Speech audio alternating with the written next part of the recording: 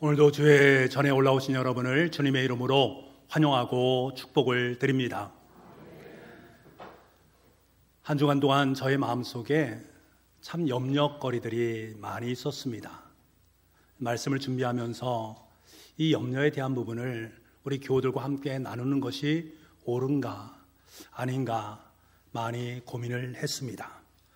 그래도 함께 나누는 것이 유익되다라고 여겼기 때문에 한 주간에 저희 염려했던 그 마음을 우리 교우들과 함께 나누고, 또 하나님께서 저의 마음속에 어떠한 위로의 말씀과 소망을 안겨주었는지를 함께 나누기를 원합니다.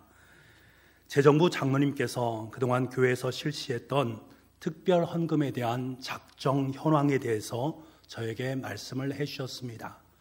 솔직히 그 명단을 제가 보면서 마음속에 많은 실망감이 엄습해 왔습니다.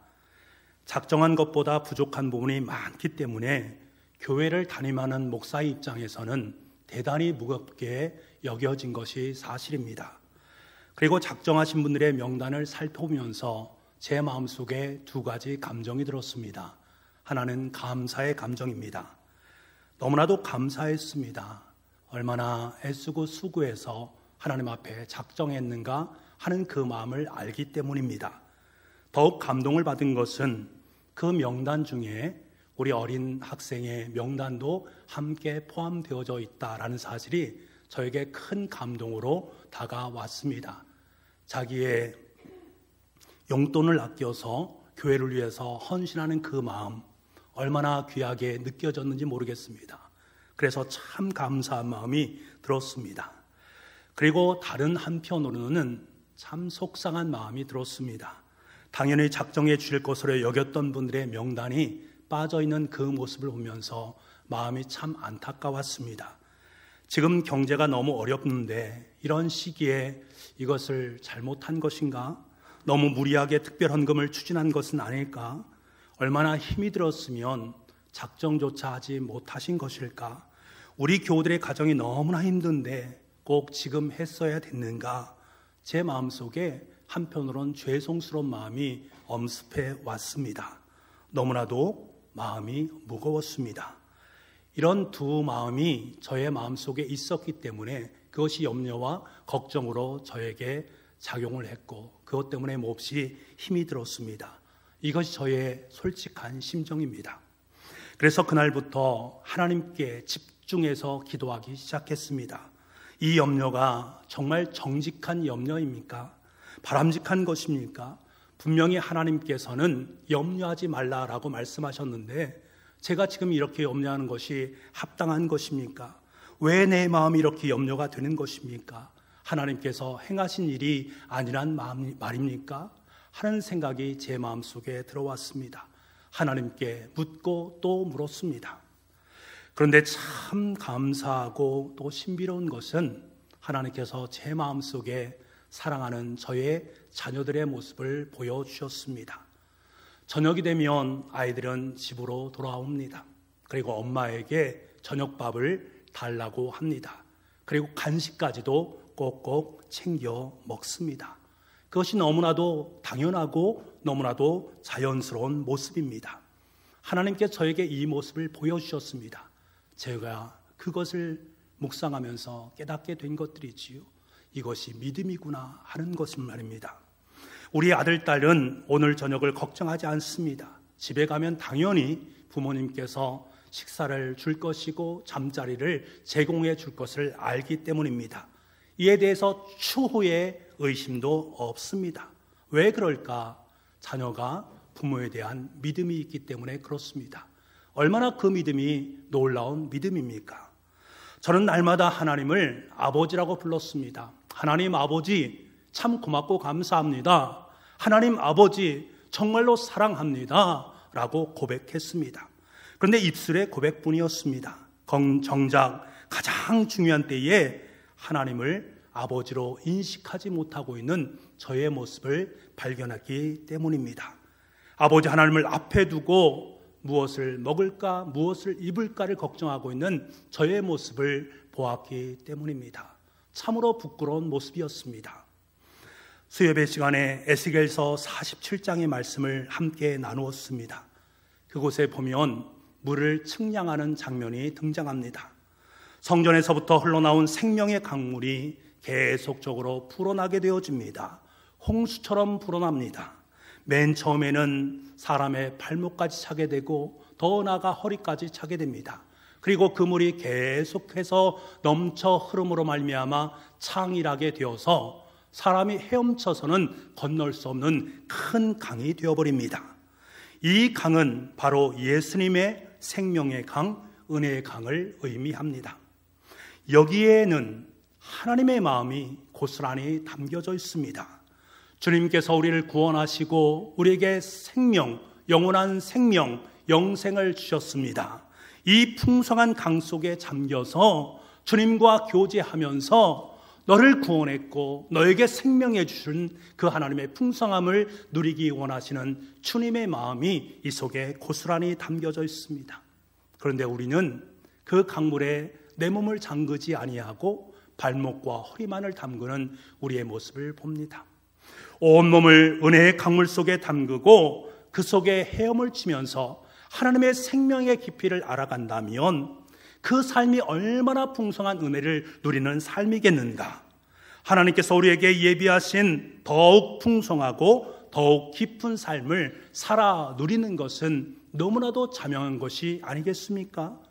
그런데 저는요, 겨우 발목만을 적시면서 이것이 하나님께서 나에게 주신 은혜다라는 마음을 품고 그곳에서 첨벙첨벙하고 있는 저의 모습을 보았단 말입니다. 그러니 제 마음이 불안하고 제 마음이 염려가 되는 것은 너무나도 당연한 것 아니겠습니까? 그때 저는 깨달았습니다. 저의 중심이 하나님으로부터 벗어나 있구나. 먼저 그의 나라와 그의 의를 구하라고 말씀하신 하나님의 그 말씀이 아니라 염려와 걱정으로 주변에 있는 환경적인 것들을 바라보고 있는 저의 모습을 보게 되었단 말입니다. 하나님 말씀이 중심이 아니라 좌우를 살피고 있는 저의 모습을 보게 하신 하나님, 참 부끄럽고 죄송스러웠습니다. 그래서 다시금 제 마음을 하나님께 고정했습니다. 주님의 아버지 되심을 확연하게 믿게 해달라고, 아니 믿어지게 되는 역사를 저에게 달라고 하나님 앞에 간절히 기도했습니다. 그러면서 기도의 제목을 바꿨습니다. 하나님, 염려하는 기도를 하지 않겠습니다. 특별헌금에 대해서 염려하지 않겠습니다. 제 마음 중심에 하나님의 아버지 되심을 확실하게 믿게 하여 주옵소서. 믿어지는 역사가 있게 하여 주옵소서. 제가 은혜의 강물에 온몸으로 뛰어들게 하옵소서. 그 속에서 하나님을 교제할 수 있는 제가 되기를 원합니다. 그 속에 주님의 마음을 느끼면서 아버지의 마음으로 살아가기를 원합니다. 기도했습니다. 그리고 동시에 기도했습니다. 하나님, 우리 교우들의 중심에 아버지 하나님이 살아있기를 원합니다. 우리 교우들의 중심에 능력 주시는 예수 그리스도께서 역사하기를 원합니다. 우리 교우들의 은혜의 강물에 발목만 잠기는 것이 아니라 온몸이 잠길 수 있는 은혜가 있기를 원합니다. 그래서 무엇을 마실까, 무엇을 먹을까, 무엇을 입을까를 걱정하지 않고 주님께서 허락하시는 풍성한 생명을 누리는 은혜가 있기를 간절히 소망합니다. 이렇게 기도했습니다. 이 기도의 제목이 여러분의 삶의 실상이 될 수 있기를 간절히 소망합니다. 이스라엘 백성들은 가나안 땅에 정착을 한 지 25년이라는 시간이 지났습니다. 이제 어느덧 안정적인 시간 속에 들어오게 된 것이지요. 이제 이스라엘 백성들을 이끌었던 여호수아도 나이가 어느덧 지긋이 황혼기가 되었습니다. 그가 이스라엘 백성들에게 하고 싶은 말이 얼마나 많이 있었겠습니까? 자기와 함께 가나안 땅을 점령하면서 열심으로 하나님 사역에 힘을 썼던 동료이자 동지인 자기 친구들에게, 자기 사람들에게 얼마나 하고 싶은 이야기가 많이 있었겠습니까? 그래서 이스라엘 장로들과 수령들과 재판관들과 관리들을 모아놓고 그들에게 귀한 하나님의 말씀을 들려줍니다. 마지막 유언과도 같은 말씀이겠지요. 6절 말씀에 그 말씀이 담겨져 있습니다. 6절 말씀을 함께 보겠습니다. 시작. 그러므로 너희는 크게 힘써 모세의 율법책에 기록된 것을 다 지켜 행하라. 그것을 떠나 우로나 좌로나 치우치지 말라. 아멘. 여호수아는 율법책에 기록된 것을 다 지키라라고 말하면서 우로나 좌우나 치우치지 말라라고 그들에게 당부했습니다. 그런데 참 재미있는 것은 이 말씀을 우리는 들었습니다. 이미 언제? 여호수아가 모세로부터 모든 후계자의 택함을 받고 난 후에 하나님께서 그에게 들려줬던 최초의 말씀이 바로 이 말씀이었습니다. 여호수아 1장 7절 말씀에 나의 종 모세가 내게 명령한 그 율법을 다 지켜 행하고 우로나 좌로나 치우치지 말라 라고 말씀하셨던 하나님 말씀이 지금 여호수아의 중심 속에 있다가 그 말씀이 이스라엘 백성들에게 전해지고 있는 모습들을 보게 됩니다. 그러니까 여호수아는 좌로나 우로나 치우치지 말라라고 말씀하신 그 말씀을 자신의 생명의 중심에 놓았고 평생 동안 좌로나 우로나 흔들리지 아니하고 하나님 말씀 중심으로 이스라엘 백성들을 이끌었단 말입니다. 여호수아의 중심은 바로 하나님이셨고 그 하나님에 대해서 지금 이야기를 나누고 있습니다. 그래서 모세의 마지막 유언을 보게 되면 가장 많이 반복되는 말씀이 있습니다. 무슨 말씀이 가장 많이 반복되는가? 너희 하나님 여호와라는 말씀입니다. 너희 하나님 여호와. 여러분 3절 말씀을 보십시오. 3절 말씀에 보면 너의 하나님 여호와께서 너희를 위하여 이 모든 나라에 행하신 일을 너희가 다 보았거니와 너희의 하나님 여호와 그는 너희를 위해서 싸우신 이시니라. 두 번에 걸쳐서 말하지 않습니까? 5절 말씀을 보겠습니다. 너의 하나님 여호와 그가 너희 앞에서 그들을 쫓아내사 너희 목전에서 그들을 떠나게 하시리니 너희의 하나님 여호와께서 너희가 하게 말씀하신 대로 너희가 그 땅을 차지할 것이라. 8절 말씀에 보면 오직 너희 하나님 여호와께 가까이 하기를 오늘까지 행한 것 같이 하라. 10절 말씀에 너희 중 한 사람이 1000명을 쫓으리니 이는 너희의 하나님 여호와 그가. 11절 말씀에 그러므로 스스로 조심하여 너희의 하나님 여호와를 사랑하라. 너희의 하나님 여호와, 너희의 하나님 여호와, 얼마나 그의 중심 가운데 여호와 하나님이 중심이 되어 주셨으면 말끝마다 여호와 하나님의 이름을 부르고 있는 그의 모습을 보게 됩니다. 이것이 여호수아 일생의 중심이었고 이것으로 말미암아 그는 마지막까지 맡겨진 사명을 완벽하게 감당할 수 있었습니다. 여러분, 그렇다면 좌로나 우로나 치우치지 아니하고 여호와 하나님을 중심으로 살아가는 삶이라는 것은 과연 무엇을 의미하는 것일까? 오늘 본문의 말씀은 저와 여러분에게 이 부분에 대해서 말씀해 주고 계십니다. 먼저는 우리에게 우상을 섬기지 마라. 우상을 섬기는 것이 좌우를 바라보는 것이다 라고 말씀하고 계십니다. 7절 말씀입니다. 너희 중에 남아있는 이 민족들 중에 들어가지 말라. 그들의 신들의 이름을 부르지 말라. 그것들을 가리켜 맹세하지 말라. 또 그것을 섬겨서 그것들에게 절하지 말라. 여기에 보면 가지 말라, 부르지 말라, 맹세하지 말라, 절하지 말라라고 말씀합니다. 이것은 무엇을 말합니까? 적극적으로 우상을 멀리하고 그 우상과 타협하지 말라라는 말씀입니다. 여러분, 우상은 무엇입니까? 헛것입니다. 보이긴 보여도 헛것에 불과한 것입니다. 사람이 깎고 새기고 부어 만든 것입니다만, 실체는 있습니다만 그 속에는 아무것도 없는 것입니다.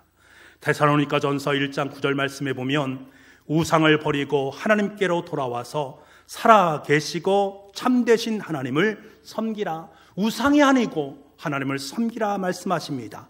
요한일서 5장 21절 말씀을 보면 자녀들아 너희 자신을 지켜 우상에게서 멀리하라 라고 말씀하십니다. 우리 자녀들에게 가르칠 것은 우상에게서 멀리하라 라고 말씀하고 있습니다. 십계명에는 너를 위하여 새긴 우상을 만들지 말고 그것들에게 절하지 말며 그것들을 섬기지 말라라고 분명하게 명령하십니다. 그렇다면 우상은 무엇입니까? 저와 하나님 사이에 하나님과 나 사이의 관계를 비집고 들어오는 어떤 대상을 의미하는 것입니다. 여러분, 우리가 왜 좌로나 우로나 치우치는 인생을 살아가는 것입니까? 그것은 바로 우상의 개입 때문입니다.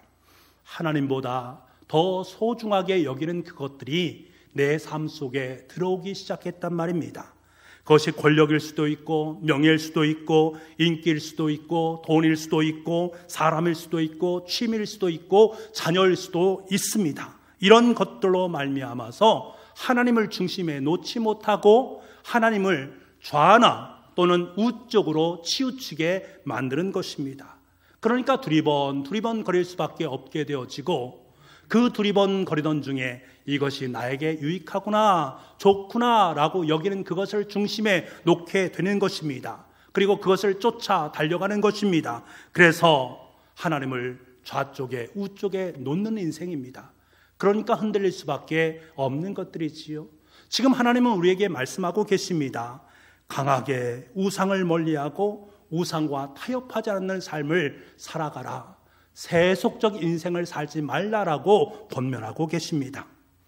여러분, 하나님은 어떠한 분이십니까? 여러분에게 있어서 하나님은 어떤 분이십니까? 여러분의 과거를 돌아보시기 바랍니다. 그 하나님께서 여러분의 과거 속에 얼마나 아름답게 역사하셨고 여러분의 인생을 지금까지 인도해 주셨는가, 그 하나님 아버지의 아름다운 은혜의 손길을 과거의 삶의 은택을 통해서 우리는 정확하게 알고 있습니다. 늘 그것에 감사하는 삶을 살고 있습니다. 어찌 과거의 삶뿐만이겠습니까? 미래의 삶 또한 주님께서 우리를 보호하시고 인도해 주십니다. 지금 이스라엘 백성들은 아직 완전하게 가나안 땅을 정복하지 못한 상태에 있습니다. 아직도 가나안 땅 구석구석에는 이방 사람들이 차지하고 있는 땅이 많이 있습니다. 그러한 백성들을 향해서 여호수아는 하나님의 말씀을 전합니다. 5절에 보니까 너희의 하나님 여호와께서 너희에게 말씀하신 대로 너희가 그 땅을 차지할 것이다. 너희가 미래의 그 땅을 반드시 차지하게 될 것이다. 과거의 삶을 인도해 주신 그 하나님께서 앞으로 있을 너희의 삶의 미래 또한 책임지고 승리로 만들어 가실 것이다 라는 것을 분명하게 확신시켜 주고 있습니다. 여러분, 하나님은 우리의 미래를 자신의 손에 주시고 우리의 길을 승리로 만들어 가십니다. 어찌 미래뿐이겠습니까? 우리의 현재의 삶 또한 주님께서 인도하시고 이끌어 주십니다.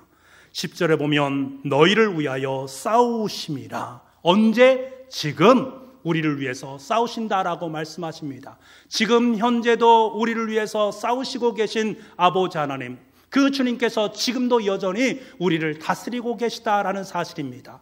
과거와 현재와 미래의 모든 삶을 보호하시고 인도하신 그 하나님을 보십시오. 그 하나님이 여러분의 중심 가운데 계십니까? 중심 가운데 계시기를 원하시는 하나님이십니다. 여러분, 우리가 이것을 확연히 믿기만 한다면 우리의 중심이 어찌 하나님께로 고정되지 않을 수 있겠습니까?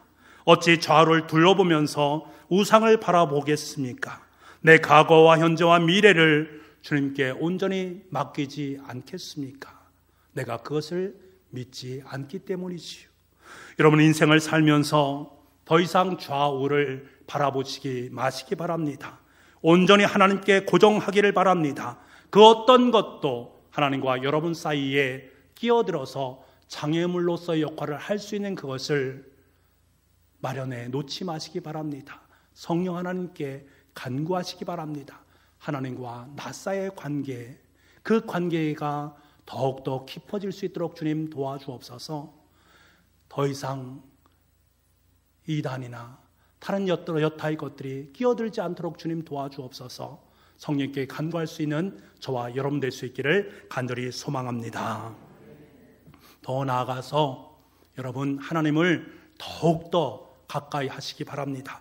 8절 말씀해 보니까 오직 너희 하나님 여호와께 가까이 하기를 오늘까지 행한 것 같이 하라. 가까이 한다라는 것은 아주 깊이 짜여진 관계를 의미합니다. 그 관계의 조밀도가 너무너무 깊은 것을 의미합니다. 그냥 적당한 관계가 아니라 밀도가 있고 심도가 있고 깊이가 있는 관계란 말입니다. 상상조차 할 수 없는 그 관계를 의미하는 것입니다. 여러분, 우리의 삶의 자리 속에 누군가와 가까이 한다라는 것은 우리 인생의 행불행을 결정 있는 요소가 될 수가 있습니다. 여러분이 나는 누구인가 라는 사실을 잘 깨닫지 못하거든 여러분 주위에 있는, 여러분과 함께하고 있는 그분들의 모습을 바라보십시오. 그분들의 모습이 바로 나의 모습이다라는 사실입니다. 친구 사이에는 서로 영향을 주고받을 수밖에 없습니다. 나와 친분 있는 그 사람의 마음을 닮아가게 되어 있습니다. 여러분 누구와 가까이 계십니까? 늘 부정적인 말과 원망과 한숨의 말, 비관적이고 상대방을 폄훼하는 말들을 하시는 분들과 가까이 하고 계십니까? 처음에는 굉장히 어색합니다만 좀 시간이 지나면 그 말들이 그럴듯하게 들려오고 나도 또한 함께 동조하게 되어집니다. 반면에 긍정적인 말과 상대방을 배려하고 위로하는 말, 하나님의 이야기를 하는 그곳, 그리고 하나님의 말씀을 품고 함께 나누는 그곳에 있는 나는 어느덧 그런 사람으로 바뀌어 가게 됩니다. 여호수아일 수 있었던 것은 그의 곁에 늘 하나님을 중심으로 살았던 사람들이 있었기 때문입니다. 모세도 그러했고요, 갈렙도 그러했습니다. 모세는 어떤 사람이었습니까? 하나님과 대면해서 이야기할 정도로 하나님과 친했던 사람입니다. 갈렙은 어떤 사람입니까? 가나안 정통금 중에서 다른 사람은 다 비관적인 이야기를 하지만 그는 하나님의 말씀을 덥석 잡았고 그 말씀을 가지고 긍정적으로 외쳤던 사람이었습니다. 이들은요, 하나님을 중심으로 살았고 하나님 말씀을 중요시 여겼고 환경을 뛰어넘어서 늘 긍정적으로 세상을 바라보았던 사람이었습니다. 이들이 여호수아 곁에 늘 함께 공존하고 있었습니다. 여호수아는 이들과 동행하면서 하나님과 가까이 하는 법을 배워 나갔습니다. 동성상응이 된 것이지요. 여러분, 성경 보면 예수님에 대한 많은 호칭들이 있습니다. 여러분 어떤 호칭을 좋아하십니까? 저에게 참 감격을 주었던 호칭은 예수님이 나의 친구라는 호칭입니다.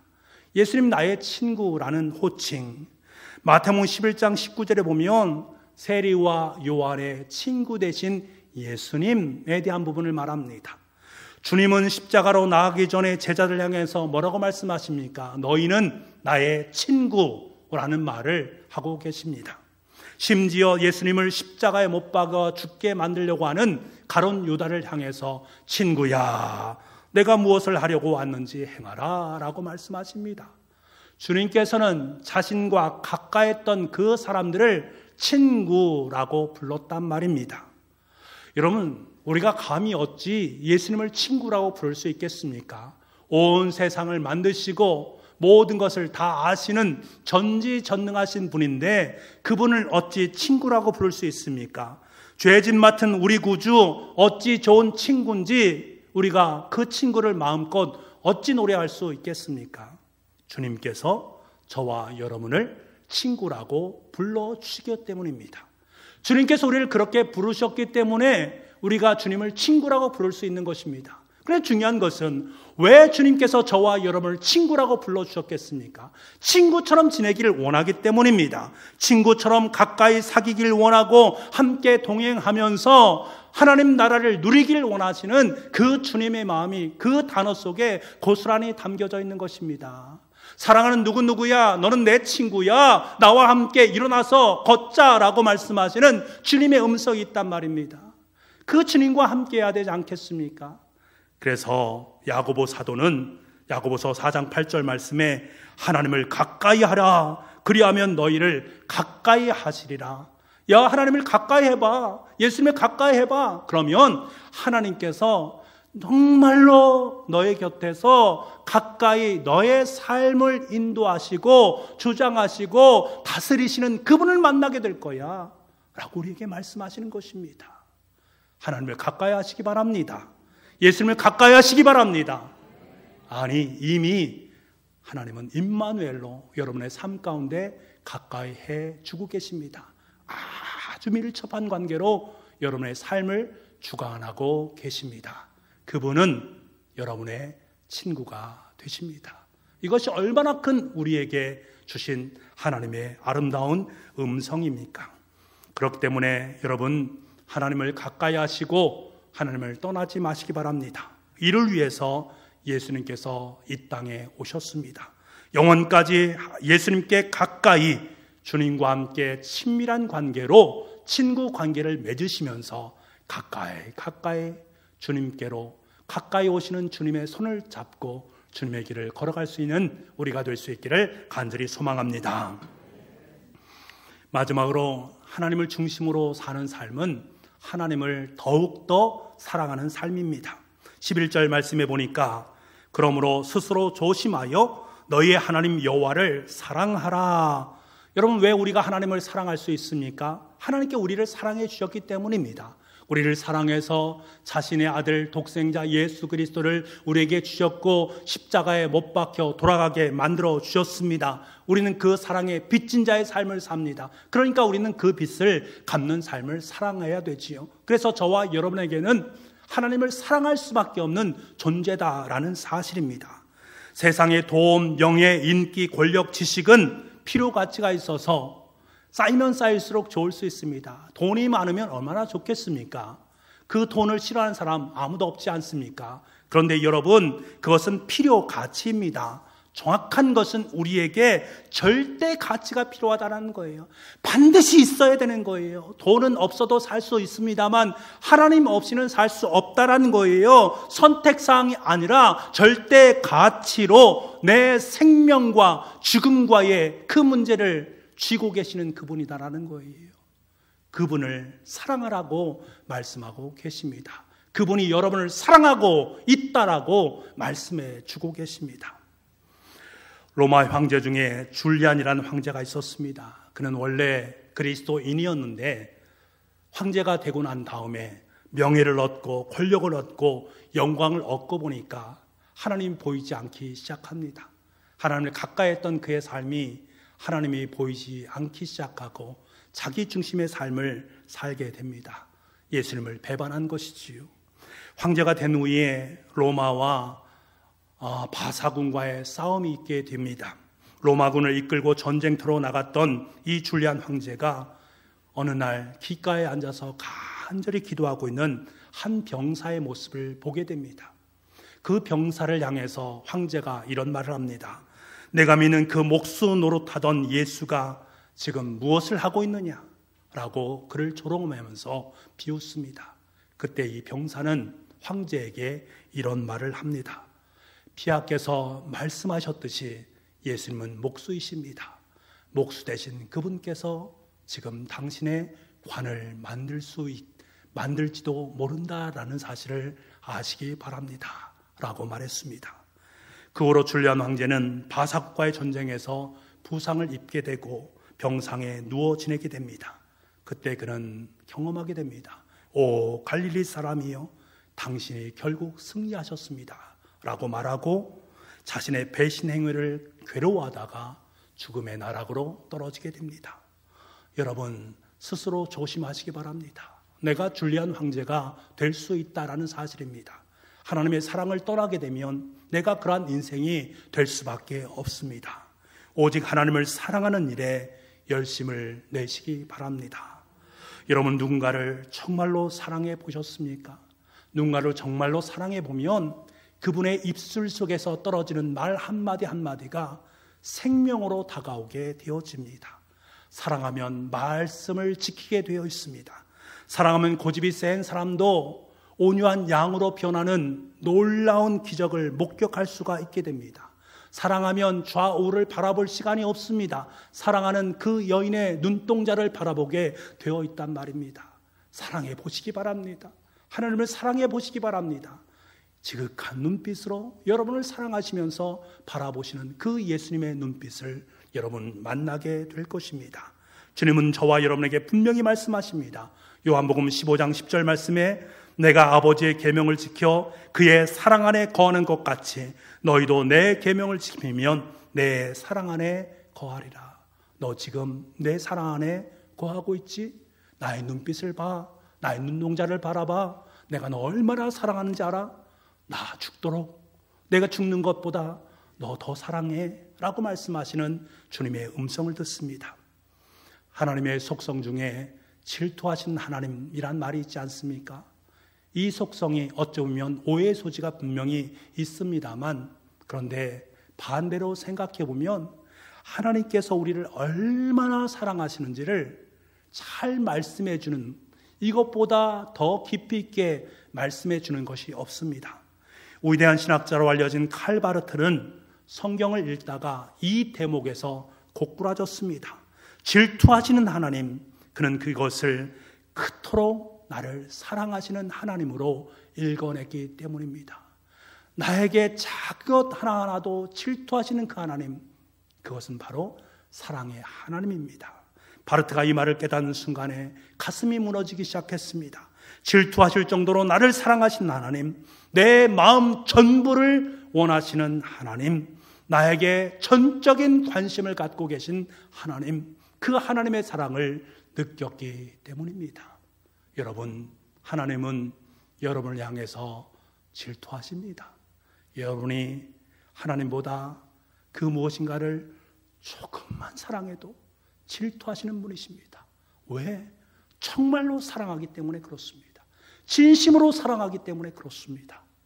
사랑하는 북부가족 여러분, 2023년 한 해의 길을 걸어갈 때에 그 사랑하시는 하나님을 여러분의 삶의 중심에 모시기 바랍니다. 좌우를 바라보면서 하나님과 여러분 사이에 장애를 만드시 마시기 바랍니다. 오늘 오직 하나님을 가까이 함으로 살아갈 수 있는 저와 여러분 되기를 원합니다. 친구 되신 예수 그리스도와 동행하면서 마음껏 사랑을 나누시길 바랍니다. 나를 질투하시는 하나님, 그 하나님의 심정, 그 마음을 품고 하나님께 그 사랑을 고백해 내시며 살기를 간절히 소망합니다. 그래서 어떤 일이 있어도, 어떤 삶의 우여곡절이 내 삶 속에 임한다 할지라도 나의 중심은 하나님입니다. 나의 중심은 예수님입니다. 나의 중심은 성령 하나님입니다. 귀한 고백을 주님 앞에 올려드리며 살아갈 수 있는 저와 여러분의 아름다운 2023년 한 해가 될 수 있기를 간절히 소망합니다. 기도하겠습니다. 좌로나 우로나 치우치지 않고 하나님 중심으로 살아갈 수 있도록 은혜를 주신 아버지 하나님, 우상을 섬기지 않겠습니다. 하나님을 더욱더 가까이 하겠습니다. 하나님을 더욱더 사랑하겠습니다. 귀한 고백을 주님 앞에 올려드릴 수 있는, 그래서 나의 중심은 하나님이요, 나의 중심은 예수님이요, 나의 중심은 성령 하나님임을 날마다 고백하면서 사랑하는 주님의 두 손을 꼭 붙잡고 일어나 주님의 길을 강건하게 걸어갈 수 있는 주의 복된 자녀들 될 수 있도록 은총 베풀어 주옵소서. 모든 말씀을 예수님의 이름으로 기도하옵나이다. 아멘.